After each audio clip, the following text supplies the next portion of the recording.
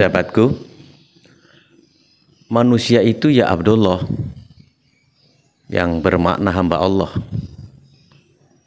Hal ini karena Allah telah memberikan informasi kepada kita, wa ma khalaqtul jinna wal insa illa liya'budun, dan tidaklah aku, kata Allah, ciptakan jin dan manusia kecuali untuk beribadah kepada aku, kata Allah.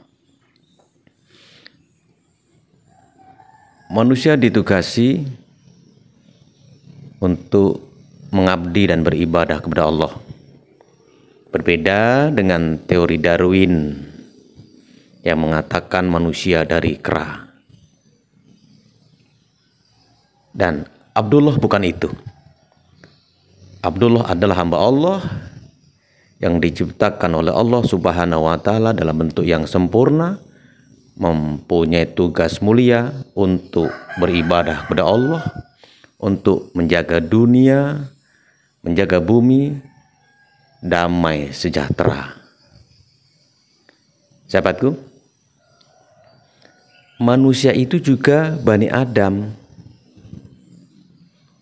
Manusia itu juga Bani Adam. Kalau melihat konsep ini bahwa manusia itu bisa dilihat dari pendekatan antropologis fisik, karena Rasulullah juga mengajarkan kepada kita, idza mata ibnu adama in qata'a amaluhu illa min salasin, bla bla bla bla sampai selesai ila akhirih. Ini Bani Adam. Sehingga Bani Adam itu ya bisa dilihat dari bentuk antropologis fisik.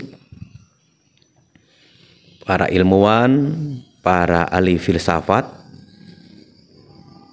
memberikan konsepsi bahwa manusia Bani Adam itu merupakan sebutan dengan menggunakan pendekatan antropologis fisik. Sehingga ada 3 jenis ras yang bisa kita pahami terkait dengan manusia adalah Bani Adam. Yang pertama ada yang namanya Kaukasoid. Yang kedua ada yang namanya Negroid. Dan yang ketiga ada yang namanya Mongoloid. Pembagian ini tentu didasarkan dari tampilan fisik, sehingga dicirikan oleh kesamaan dan perbedaan antara fisik satu dengan fisik yang lain berdasarkan 3 ras, Kaukasoid, Negroid, dan Mongoloid. Ras Kaukasoid adalah ras yang mempunyai ciri-ciri tubuh tinggi, kulit putih, hidung mancung, bola mata biru, dan rambut pirang. Sedangkan ras Negroid adalah kondisi manusia yang memiliki tubuh tinggi atau bertubuh tinggi, mempunyai kulit hitam pekat, mempunyai hidung pesek, dan bola mata hitam. Dan yang tampak dan terngiang di benak kita, ras Negroid ini adalah mempunyai rambut keriting. Sedangkan ras Mongoloid bercirikan memiliki tubuh sedang, kulit kuning, hidung sedang, bermata sipit, dan berambut lurus. Nah, kita termasuk jenis yang mana? Kaukasoid, Negroid, atau Mongoloid? Kita sendiri yang bisa merasakan itu. Sahabatku, manusia juga Bani Bashar, yang memiliki makna bahwa manusia itu ya keturunan manusia, bukan keturunan yang lain. Maka kata Darwin, manusia berasal dari kera karena dilihat dari susunan tulang belulang fosil itu, ada Pithecanthropus erectus, Pithecanthropus erectus, dan lain sebagainya. Bahwa konsep Bani Bashar bukan itu, bahwa manusia ya dari manusia itu sendiri. Ada juga yang dicerita di mitos, di YouTube, di media sosial, ada seorang wanita cantik menikah dengan bangsa kera atau bangsa gorila. Tentu bukan itu. Manusia adalah berasal dari keturunan manusia juga. Manusia itu ya al-insan. Manusia itu ya al-insan.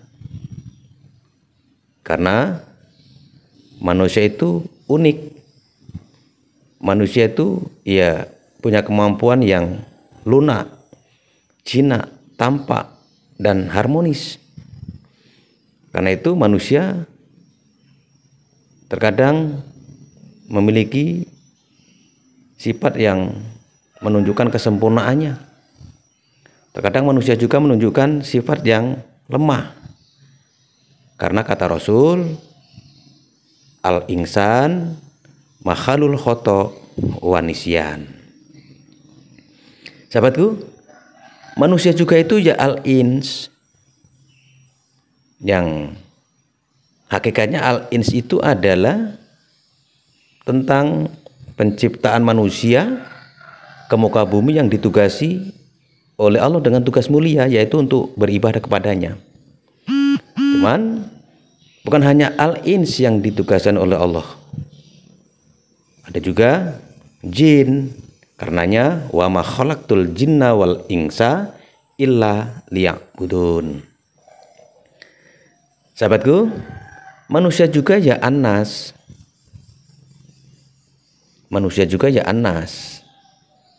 Hal ini banyak ditemukan dari berbagai referensi dari Al-Quran, dari hadis, dan konsep-konsep lain yang menyebutkan bahwa manusia adalah anas. Sehingga konsep anas mengacu kepada makna manusia sebagai makhluk sosial. Hablum minannas. Hablum minannas.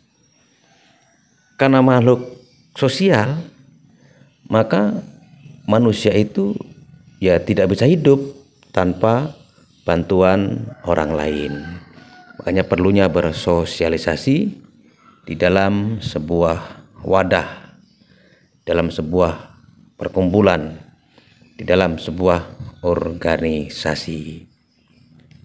Sahabatku, manusia juga merupakan khalifah, pemimpin, pengatur dunia, sehingga hadirnya manusia ke dunia menjaga ketentraman, menjaga kedamaian bumi seisinya. Wa idz qala rabbuka lil malaikah inni ja'ilun fil ardi khalifah.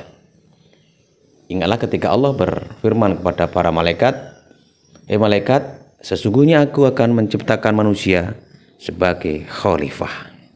Tentu Allah menganugerahi beberapa kelebihan, baik kelebihan akal, baik kelebihan pikiran, sehingga hanya Adam, hanya manusia yang mampu menyebutkan nama-nama benda di dunia ini. Meski malaikat sempat protes, tapi malaikat ternyata melalui uji kompetensi tidak mampu mengalahkan manusia. Karena manusia adalah khalifah di muka bumi. Sahabatku, itulah kata-kata nakal kita, informasi kilas tentang ucapan nakal kita hari ini. Terima kasih, sampai berjumpa lagi. Bye-bye.